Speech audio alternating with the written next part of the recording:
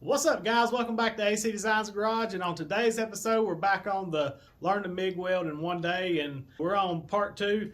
Make sure you go back and watch part 1. I'm going to link the description below, and basically it's just how to basic setup of your machine and how to run a couple beads and navigate through that process. So we're going to get at it today. I had a request from a subscriber, and hey, I just want to make a video for him. So we're going to do tubing to flat plate. It's kind of a challenging thing because you're going to have to learn to control your bead around in an angle and manipulate at the same time. So it gets a little tough. So I'm going to show you some quick little tricks and get y'all to arcing and sparking. All right, guys, a little quick overview of what we're going to be using today. I like to do this in every video in case somebody didn't pick up one. The machine settings real quick. And here's the 7 steps that I wrote down that seems to work pretty good for some guys that we did last week. So if you just want to screenshot them or whatever, write them down. These are the steps that seem to work out best for me, so we're going to go through them real quick. You know, prep your metal, tack your part, get the right angle and torch height, your gun motion, whether you're just simple string dragging, zigzag like I used last week, or loop-de-loops, push or drag your MIG gun. I drag a lot. That's my personal preference. And get comfortable and start welding. So do a little arcing and a sparking. So that's what you got to go through right there. So a few things that you're going to need, we'll link them in the description below. It'll be from my Amazon affiliate account. Don't cost you guys anything extra. Just puts them in a cool place for you guys to find them, and it helps the channel out a little bit. A pair of MIG pliers. These will help you get your correct cutoff length. That's the way. Let me run it out just a hair. Cool thing about these, you just put them on this end here. It's got the whole part. You just run up to your nozzle. And that gives you a perfect 3/8 or so stick out. You want to set these. This nozzle gel, this stuff's pretty awesome. Keeps your contact tip clean. So basically all you do is stick that thing down there, and it puts a coat in that nozzle gel in there. It just helps keep from clogging your tip up and keeps your consumables lasting a lot longer. I like to use that. Good wire brush, good helmet. And here's what we're going to be doing today. Done some little practices and stuff. Yeah, this can be a challenging little deal here, because you got to keep your correct angle and height, and there's a lot going on at one time. So I'm going to show you some different ways, but as you go around, you got to kind of turn your gun and follow that. So it can be tough. It'd be something you may run into if you're doing roll bars or anything where it goes down to the floor. You got the big plates and stuff. It's on trailers. It's a good tool to learn how to use. Get you a sacrificial setup. That's what this thing's starting to get heavy. I'm going to turn it into a solid block, I guess. This is what I do every time when I'm setting up the machine. I'll just run it on there, check my heat and how everything's looking. So get you some of that scrap, and here's what we got. This is 1 3/4 inch. I think it's just regular old mild steel tubing. Electro weld, whatever they call it. It's kind of like a lot of people use for roll bar. It's a 120 wall. 1 3/4 inch outside diameter. This is 3/16 by 2 inch, just regular old flat bar. And we're just gonna put it on there, tack it, and do a little arcing and a sparking on it. As for my machine, been using this thing for probably 6-8 months. It's the Arc Captain MIG 200. It'll TIG. It'll do all kind of neat stuff. It's a stick TIG MIG machine. Also has a spool gun with it that I'm going to use on a video before too off long where you can do aluminum with it. But so far it's been a great machine. It's on right now. It's got the selectable fan. You know, it cuts on and off when it needs it. Basically, I'm going to set my machine up for the 3/16 inch thick. So that's what we got it at right now. It's at 19.1 volts and 6.0 meters per minute. I had to do the calculations because I don't do meters a minute. So it come out to being 236 inches per minute. That's what we go off of. But that's what my machine's set at. I'm using a argon carbon dioxide 75-25 mix. This is what we use, and I'm at about 20 CFH. I like 18 to 20 usually, especially if you got a fan or anything running in the background. It can blow your shield and gas.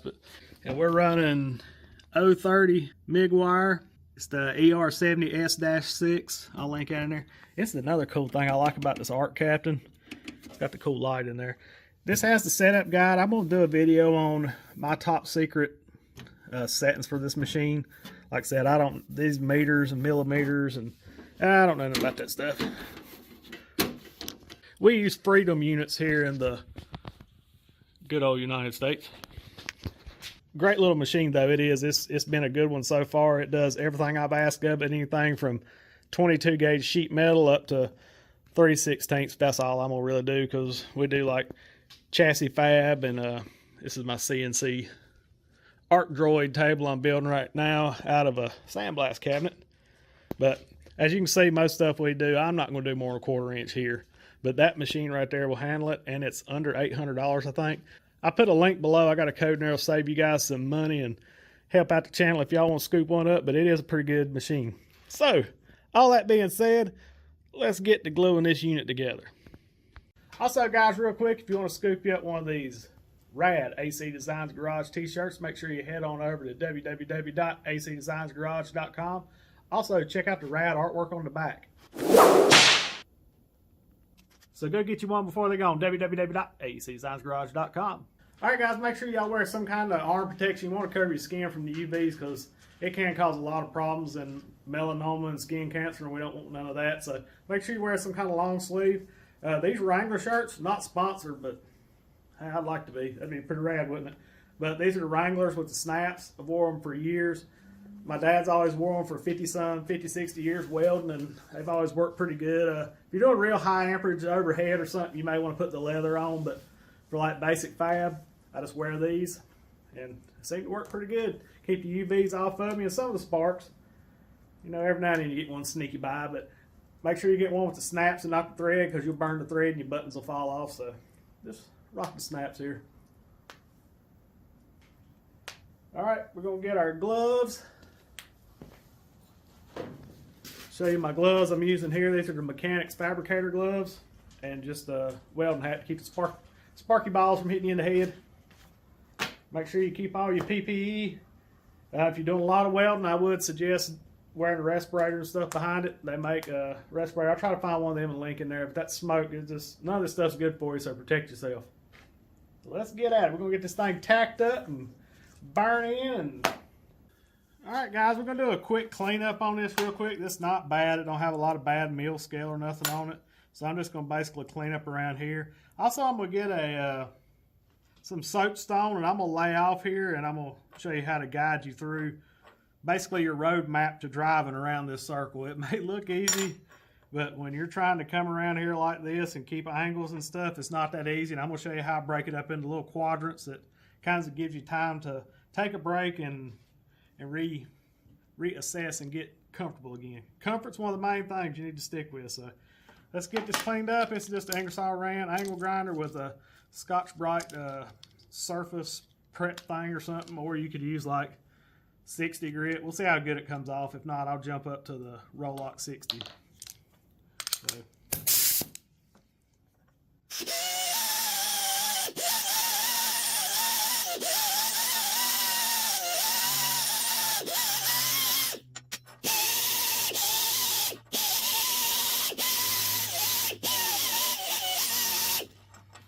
Alright, we got that ground up.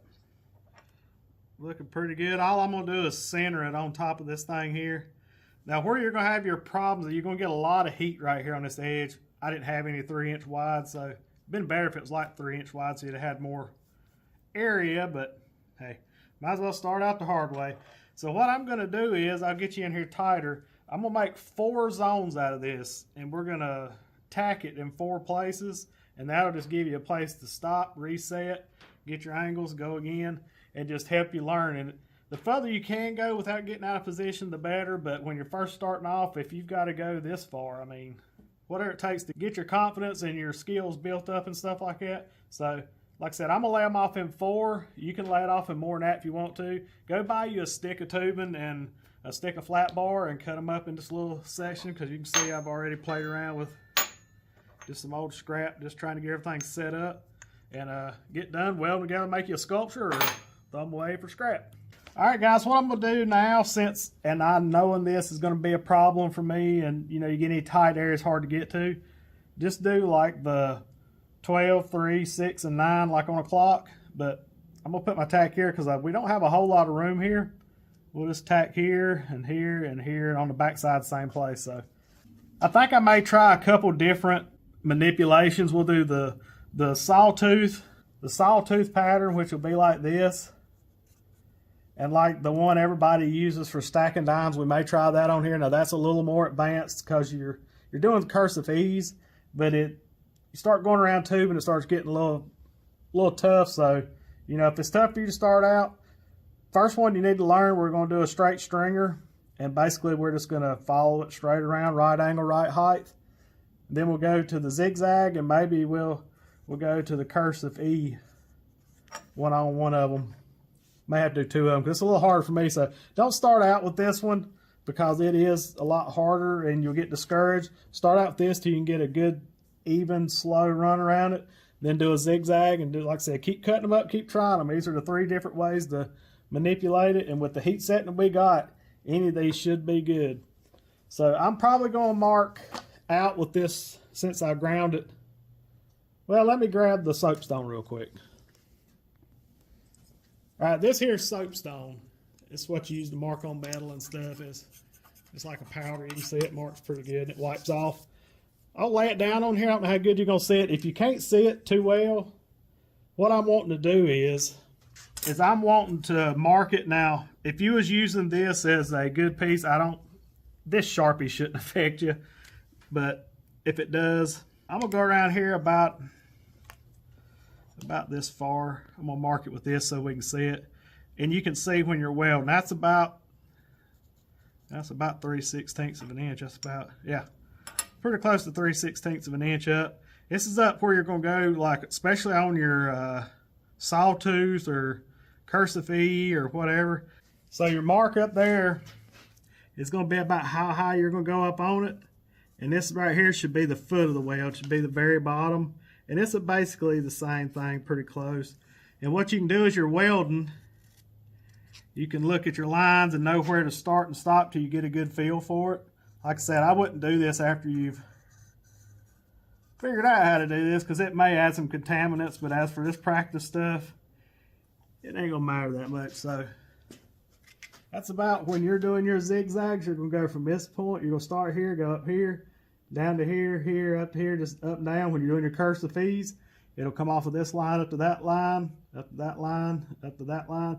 It just gives you a start and stop point to keep the width and everything right. It's just something to go off of. All right, now you can see it a little bit better. So what we're gonna do is, when we do our zigzaggies, it's gonna come from that point down here, and then you're gonna go up to this point and back down to this point, up to this point, down to this point, real close together, about like that. It's what you're going to do is you're going around. But also, let me get you back here. As you're going around, you got to remember, it's kind of like you can lock your hand so you can keep the right angles. This is what you're going to have to work on. But you're only going to be going from this point to this point. So you got time to do. Because when you start going all the way around, and with time it'll come, but trying to go around here, you're going to have to learn to rotate your hand around to keep the right angles and stuff. So, like I said, take time, practice. You ain't gonna, well, I ain't gonna say you're not gonna get this off first off the bat. Some of you guys out there are uber more talented than I am, but I'm gonna say we'll get this centered in this little thingamabobber here. And if you look here, the width of that weld is about that. So you see how it feels from down here to up here? That's about what you're wanting.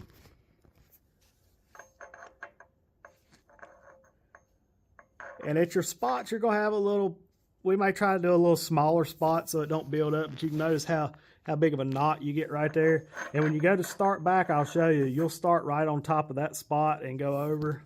And like I said, it's just practice to get better at, so let's get tacked. All right, make sure you got your wire clipped on the end. You want to start out with a clean surface. Everything's cleaned and prepped, ready to go. And I'm just going to put a couple quick tacks on here. Just kind of hold your hand down on it so it don't move like I just moved it. We'll just center it back up. Worked better if you had it clamped, but I don't. We'll go back here first. Drop your hoods.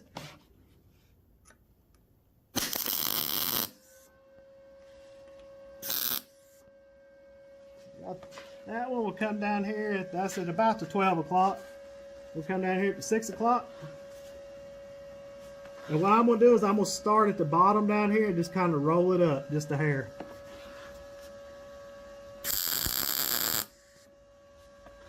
Alright, we're going to go over here at the 9 o'clock.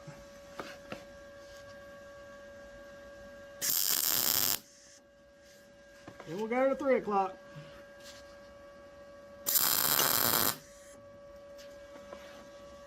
I'm going to go ahead and clip my wire like we showed you. Way it's ready to go. We'll get our wire brushed.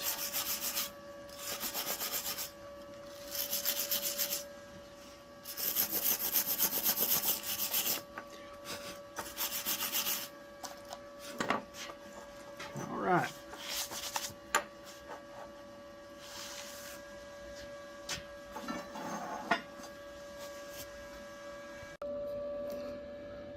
Alright guys, it's going to sound a little weird. I got it stuck in my other shield so you can get a little arc shot here. So what we're going to do real quick is we're just going to run the straight stringer bead just to where we just go slow and go all the way around it, and we'll stop at this next tack. We'll just let it burn up onto that one. We'll start here about halfway through this tack and we'll run all the way around. This will be the straight stringer tack, and we're just going to take our time and make sure that the puddle washes out wide enough to go to both sides like that. And then we'll get into the fun manipulation stuff. So here we go.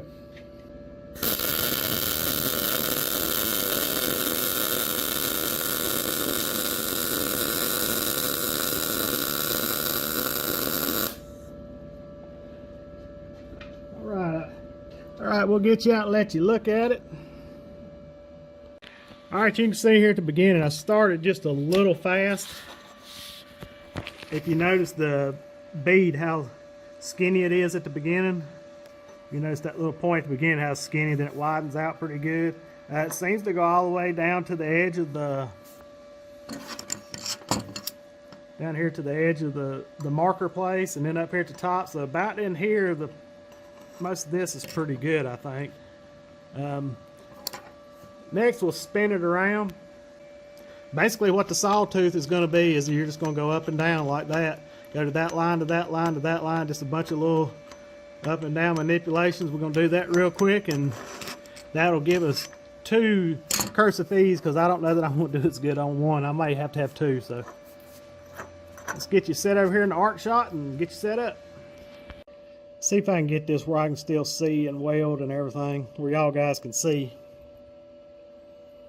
So we're going to go from here to here with the sawtooth. Remember, always clip your wire before you start.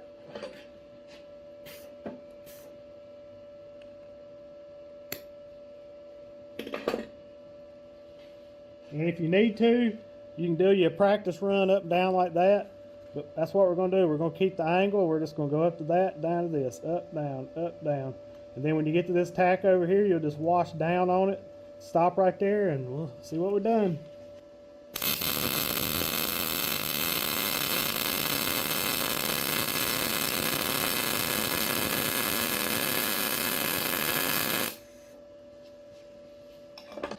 Probably on my start, I need to pause just a little bit more on right in here. See where I started, the sawtooth took off, and after the heat gets in it, it floats out real good. Starts to get a little more defined little loop things in here. You want to call them dimes. That you can start seeing it a little bit. So I need to stay here and wash up and down a couple times so I get the heat and then take off. That's the good thing about this practice stuff. It helps you. So let's get these cleaned off and check them out real quick. Then we'll go do some little cursive E's on here.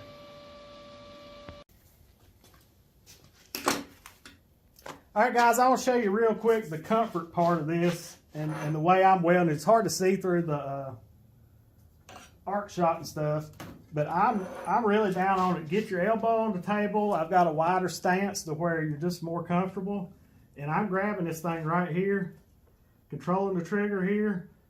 And what I do is stand like this. When I get close to the table and I want to prop, you can roll your gun just a little bit. But if you can see my angle to this, it's just like we showed last week in the video. You want to keep the angle here 45 into that. and then you're going to lean it back about 15 degrees. And basically what I'm doing is I'm looking past the wire. You're watching your puddle back here run, and you're just watching the tip of your wire, and you go from that piece to that piece. And like I said, the stringer, you just keep it right dead in the root and just go around there.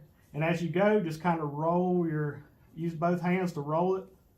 Makes it a lot easier, and keep you good steady pace. Now when we was doing the zigzag, like I said, we was up on here braced, and you can use this hand to do the motion, and just kind of use this hand over here to rotate it. It sounds like a lot, and it is, but you'll get it the more you do it. But like when we're going to do our cursive E's here now, we're going to start down here and get it good and hot, and I'm going to wash up halfway on that bead there, and we'll just go from line to line, just doing little small cursive E's, probably I'd say a 1/8 inch or 3/16 wide. About as wide as that apart. You just want to overlap about that far apart. I'll get you in a little closer. We'll do a little dry run, especially on these longer ones. This is a longer run, so I wanted to try it in the cursive E. Probably gonna mess it up, but hey, I'm gonna show you if I mess up, and I'll show you what I messed up. So get you in here a little tighter. I'll show you a quick dry run. We'll get back at it. All right, guys, as for the dry run, this is not the proper angle. I'm gonna try to get it here where you guys can see it. All right. What I'm gonna do is I'm gonna get over here, and I'm gonna come up and wash over on that, get it good and hot and burn in, and then we'll just come back and go from line to line with a little cursive E's, because you can see our lines here and here, and that'll give you a stopping place. I may go back over with the white. You may be able to see the soapstone better, so I'll go ahead and mark over a little above the top of this with the soapstone so you can see it better in the arc shot. But you're just going to do little about 1/8 inch wide cursive E's. And really, when you're coming down, you're not trying to wash down like that. You're going to go right here to root and just loop up. And a lot of times you can come down and you can take your tip and hit like that. It'll stop you. Just depending on where you're at. Just whatever gets a good feel for you. So we'll try this real quick. Hopefully you can see what I'm doing in the arc shot to be able to tell. All right, guys, we're going to attempt the cursive E, stacking dimes, whatever you want to call it. Make sure you get comfortable, propped up good. We're going to do a little dry run here. See if we don't mess up.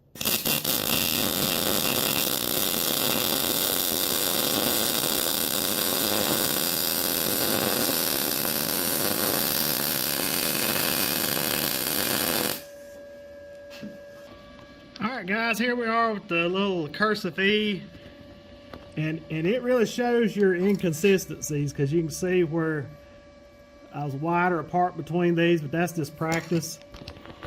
And also I should have, I like to show you where I mess up. Like I said, these are practices, but I should have come and washed a little further back over this before I started, and then started back, because it's not going to break. It's built up good, but yeah, these are the different ones. That's the cursive E. That there is the straight stringer.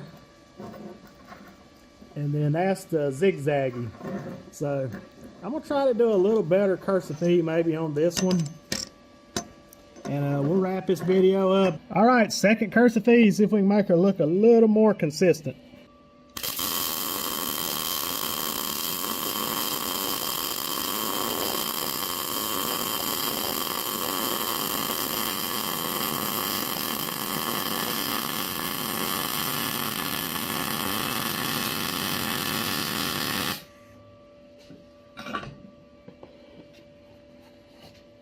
Yeah, that looks mucho better. A little more practice. Even I do it all the time, and I still have to practice on different joints and stuff. Alright guys, there she is. That's not too bad looking weld, I don't think. I like it. Like I said, we done that's your straight stringer. Now the straight stringer, you probably need to add a little more heat. It's burnt in good. That's the cursive E. That's the sawtooth. And that's another cursive E right there. So, yeah, whichever one you like, guys, they'll all hold. Like I said, you got the temperature right and stuff. I'll guarantee you that this piece of pipe will not break off of here. I will say more structural type stuff, you're gonna stringer welds are going to be your best bet, but most of the time in the automotive fabrication and stuff, you're usually either going to do the zigzag's a good one. Now it's deep in the root, they're really strong, and the cursifi's a pretty good one. Like I said, you got to have your heat and stuff right to where it looks pretty good and it wets down in it real nice. But I think that one, any of these would hold. Like I said, you work on them. I don't do a lot of stringers, so that's why this one don't look good. The rest of them's okay, but it's just practice, guys.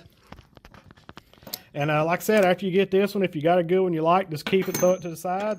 That should be it. Hope this showed you how to weld it, how to weld flat plate to tubing. Like I said, it's a little interesting. And then when you get tubing to tubing, like on the fish miles and coping and stuff, now that really gets tricky with MIG. I think it's actually easier with TIG because you're slowed down a lot more. But yep, that's how you do it, guys. So we'll throw a few more Arky Sparkies here and we'll call this one for a day.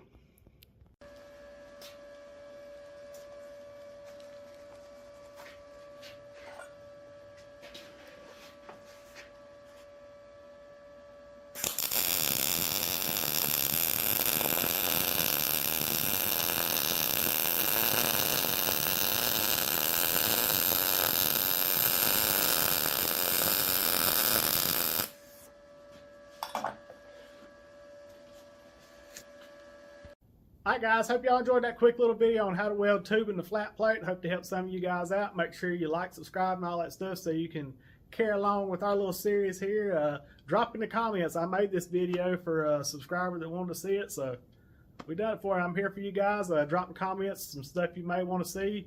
It's going to be under the series. I'm going to start a playlist with the whole learn how to MIG weld in one day, and it'll just be separate little tools that you can add on every week to build it up to be a master arcer and a sparker. So remember, be kind to one another. Jesus loves you, so do we. God bless. We gone.